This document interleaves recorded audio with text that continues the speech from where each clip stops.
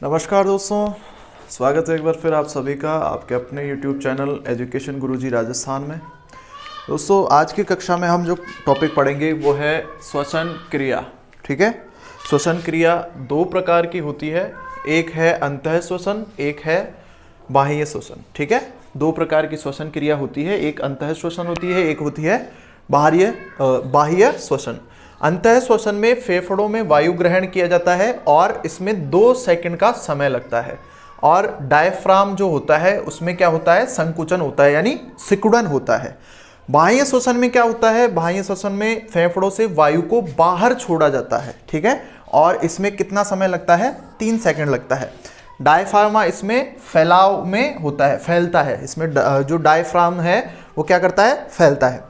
श्वसन दर वयस्क में 16 से 20% प्रति मिनट होती है और जो श्वसन दर है उसका मापन किस में किया जाता है, स्पायरोमीटर में। ठीक है, आगे चलते हैं, आगे देखते हैं श्वसन के रोग। श्वसन के रोग देखते हैं, श्वसन में कौन कौन से रोग होते हैं। पहला है अस्थमा या दमा। कौन सा रोग है, अस्थमा या दमा, जो कि धूल की वजह से होता है, एलर्जी की वजह से होता है।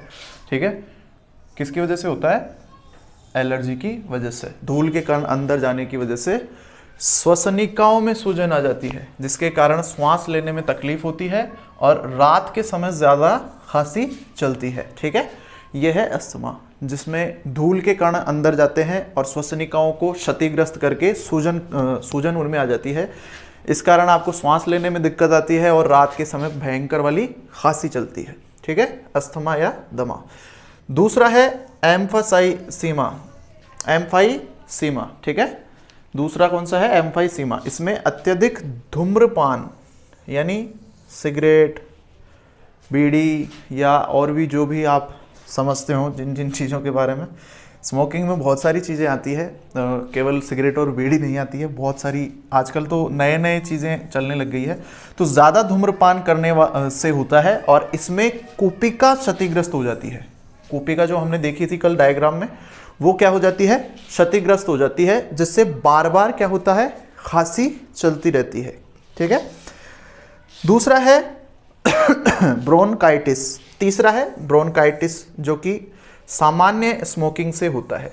अब देखो, आप स्मोकिंग चाहे थोड़ी करो या ज़्यादा करो, रोग आपके होके रहेगा। ठीक है, यानी थोड़ी स्मोकिंग करने से भी आपके क्या हो जाएगा, ब्रोंकाइटिस।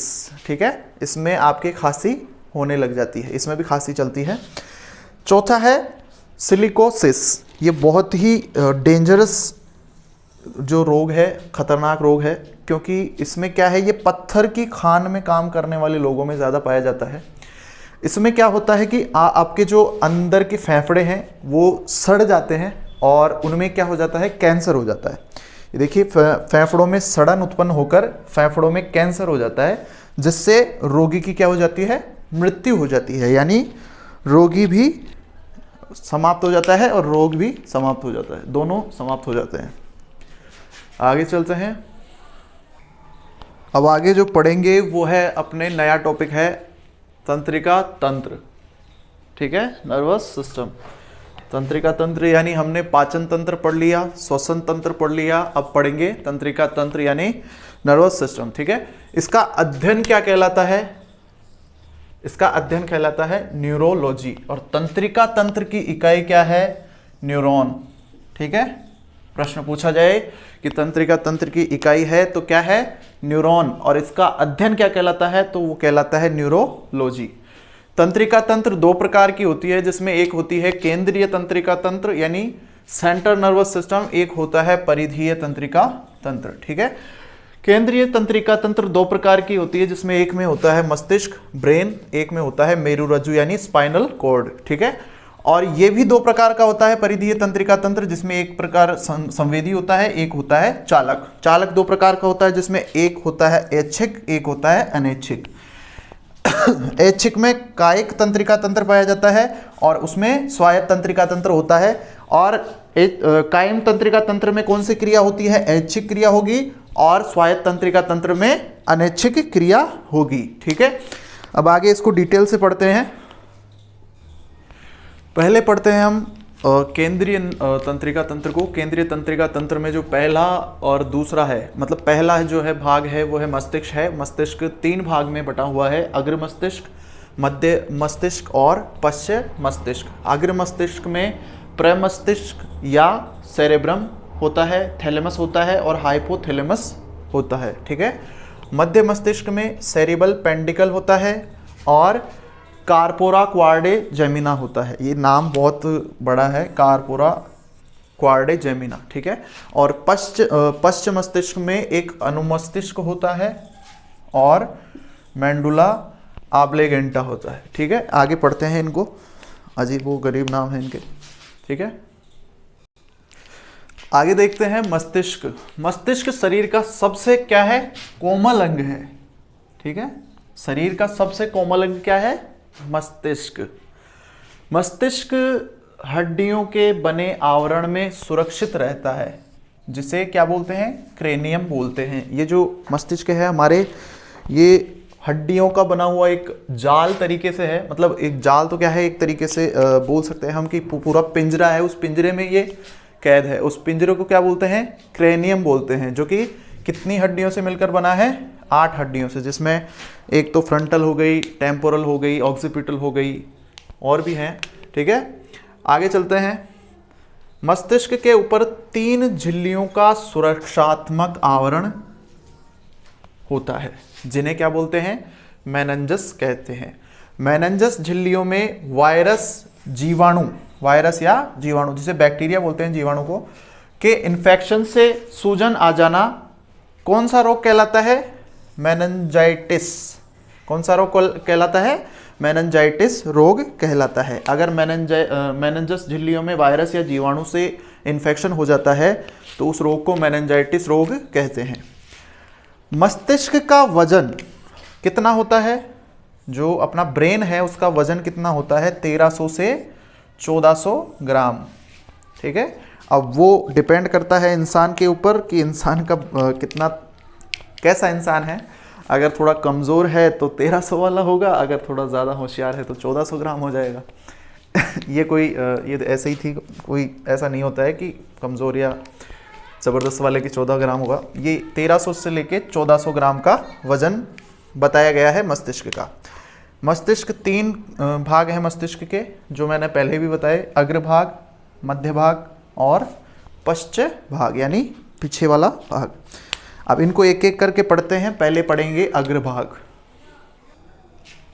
आगे देखते हैं अग्रभाग, जो मस्तिष्क का अग्रभाग है उसके अंदर देखते हैं 3 भाग हैं इसमें अग्रभाग में। पहला है प्रमस्तिष्क।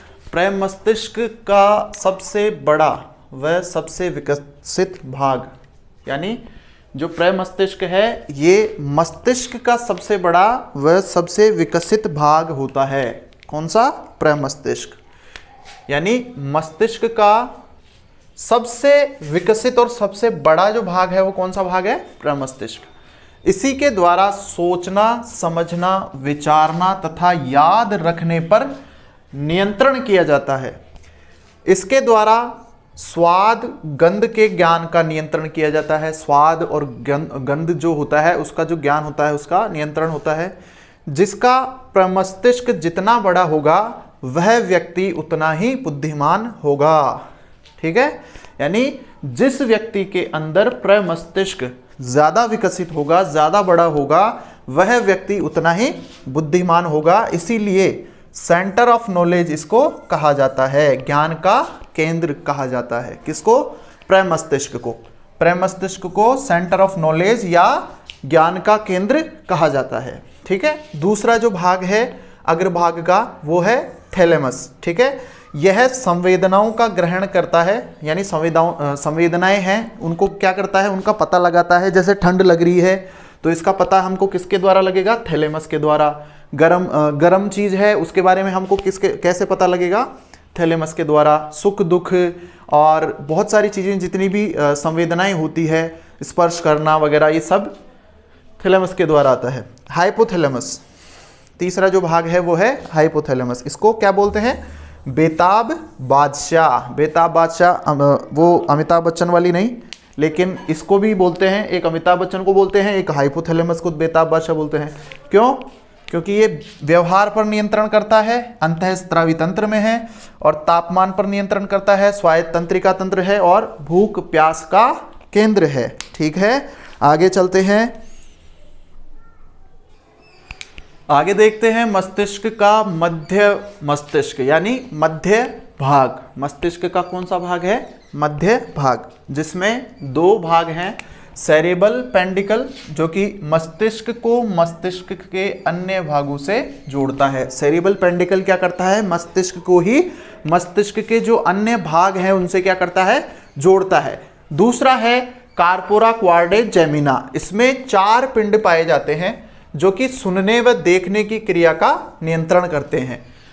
अगला जो भाग है वो है पश्च भाग। तीसरा भाग है मस्तिष्क का, है ना, वो है पश्च भाग। इसमें भी 2 प्रकार पाए जाते हैं। एक है अनुमस्तिष्क जिसमें शरीर का संतुलन, मांसपेशियों की गतियों पर नियंत्रण तथा ऐच्छिक क्रियाओं का नियंत्रण किया जाता है। ठीक है, अनुमस्तिष्क के द्वारा शरीर का संतुलन, मांसपेशियों की गतियों पर नियंत्रण व ऐच्छिक क्रियाएं जैसे घूमना, फिरना, खाना पीना आदि इन पर नियंत्रण किया जाता है। इसका अगला भाग है, पश्च भाग का अगला भाग है वो है मेडुला ऑब्लिगेंटा। इसमें अनैच्छिक क्रियाओं पर नियंत्रण किया जाता है। अनैच्छिक क्रियाएं जैसे हृदय का धड़कना, यानी जो हमारा हृदय है वो धड़कता है, वो अनैच्छिक क्रिया करता है। श्वसन क्रिया एक अनैच्छिक क्रिया है। पलक झपकना एक अनैच्छिक क्रिया है। और छींक आना, ये सब हमारे बस में नहीं है। तो जो हमारे बस में नहीं होता है वो कौन सी क्रियाएं होती है? अनैच्छिक क्रियाएं होती है। और इनका नियंत्रण किसके द्वारा होता है? मेडुला ऑब्लिगेंटा के द्वारा। ठीक है, अगला जो भाग पढ़ेंगे वो है मेरु रज्जु। ठीक है, मस्तिष्क का दूसरा भाग है। ये पहला भाग था केंद्रीय तंत्रिका तंत्र का दूसरा भाग मेरु रज्जु है, वो पढ़ेंगे। ये पहला भाग है मस्तिष्क। अब पढ़ेंगे मेरु रज्जु। आगे देखते हैं केंद्रीय तंत्रिका तंत्र का दूसरा भाग जिसे मेरु रज्जु कहते हैं। ठीक है, मेरु रज्जु लंबी बेलनाकार संरचना होती है इसकी। ठीक है, लंबी होती है और बेलनाकार होती है। इसकी लंबाई पुरुषों में तो 45 सेमी होती है और महिलाओं में होती है 42 सेमी। ठीक है, पुरुषों में 45 सेमी होती है और महिलाओं में 42 सेमी होती है। कशेरुका दंड में पाया जाता है, यहाँ पाया जाता है अपने पीठ में। ठीक है, जैसे इसके द्वारा प्रतिवर्तित क्रिया रिफ्लेक्शन पर नियंत्रित किया जाता है। एकदम से कोई क्रिया होती है ना, जैसे पिन या कांटा चुभने पर झटके से हाथ या पैर हटाना। जैसे किसी के पिन चुभ गई या कांटा चुभ गया तो उसका एकदम से जो हाथ हटता है वो किस प्रतिक्रिया की वजह से होता है? रिफ्लेक्शन की वजह से। उस पर नियंत्रण कौन करता है? मेरु रज्जु। एक और जैसे अचानक गर्म वस्तु को छूने पर हाथ हटना। और अनुभव द्वारा प्राप्त क्रियाओं का नियंत्रण भी मेरु रज्जु द्वारा किया जाता है। इस कारण इसे शरीर की स्थायी मेमोरी भी कहते हैं। प्रश्न आ सकता है कि शरीर की स्थायी मेमोरी है, उसमें आपको सही टिक किस पे करना है? मेरु रज्जु पे। ठीक है, क्यों? क्योंकि ये अनुभव द्वारा जो क्रियाएं प्राप्त होती है उन पर भी नियंत्रण करता है। अब जो अगला भाग है वो पढ़ेंगे परिधीय तंत्रिका तंत्र। आगे देखते हैं तंत्रिका तंत्र का दूसरा भाग परिधीय तंत्रिका तंत्र। वे तंत्रिकाएं पाई जाती है इसमें वे तंत्रिका पाई जाती है जो शरीर में विभिन्न सूचनाओं को लाने व ले जाने का कार्य करती है। यानी परिधीय तंत्रिका तंत्र में वे तंत्रिकाएं पाई जाती है जो शरीर में विभिन्न सूचनाओं को लाने व ले जाने का कार्य करती हैं। किसमें? तंत्रिका तंत्र में। ठीक है, परिधीय तंत्रिका तंत्र में। यह उत्पत्ति के आधार पर 2 प्रकार की होती है। एक तो है क्रेनियल तंत्रिका जो कि मस्तिष्क से उत्पन्न होती है और इसमें कितनी जोड़ी होती है? 12 जोड़ी होती है। दूसरी है स्पाइनल तंत्रिका जो कि मेरु रज्जु से उत्पन्न होती है और इसमें कितनी जोड़ी होती है? 31 जोड़ियां होती है। कार्य के आधार पर दो प्रकार की होती है, जिसमें एक हो गई संवेदी तंत्रिका, एक हो गई चालक तंत्रिका। ठीक है, संवेदी तंत्रिका और चालक तंत्रिका। संवेदी तंत्रिकाओं में सूचनाओं को अंगों से मस्तिष्क तक ले जाया जाता है और चालक में सूचनाओं को अंगों से मस्तिष्क में ले जाए, सॉरी इसमें गलत लिख दिया है, इसमें मस्तिष्क से अंगों तक ले जाया जाता है।